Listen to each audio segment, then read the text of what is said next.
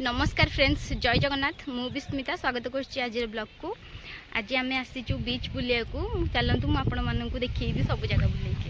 प्रथम आम गाड़ी आगे नड़िया बाड़ेलु, तापर आम बाहरी गलु पिकनिक रे प्रथम आम गलु बालेश्वर दुर्गलाघाटी बीच। एबे आम जाइकी बीच पाखे पहुँची जाइचु। तो गाड़ी जेहेतु पश्चिमनी आम चल चलिकी जाऊचु। पूरा चारिआडे झाऊमण, बहुत सुंदर जगह, बहुत सुंदर प्लेस। आम एबे पहुँची गलु बीच पाखे समुद्र कूल आम पहुँची जाइचु। देखु समुद्र बहुत सुंदर देखा, शामुका गुरा भी तले बहुत पड़ी, पानी आसूची, बहुत सुंदर जगह, बहुत सुंदर लगुच, शामुका गुरा भासुची।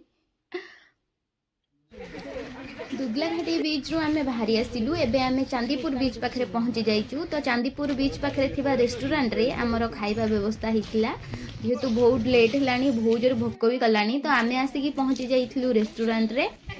रेस्टोरेंट भी बहुत सुंदर जगह। आम एबे खाइबा आनिकी बसी जाइचु। तो एबे आम समस्ते बसी खाऊचु। तापरे खाई सारिबा परे आमे एबे चांदीपुर ब्रिज पळे आसीथिलु। तो समुद्र कूल को बहुत सुंदर जगह, बहुत सुंदर लगुची। मु देखिली सबुआड़े माने ब्रिज पाखे बाली थाए, किंतु चांदीपुर ब्रिज रे माटी।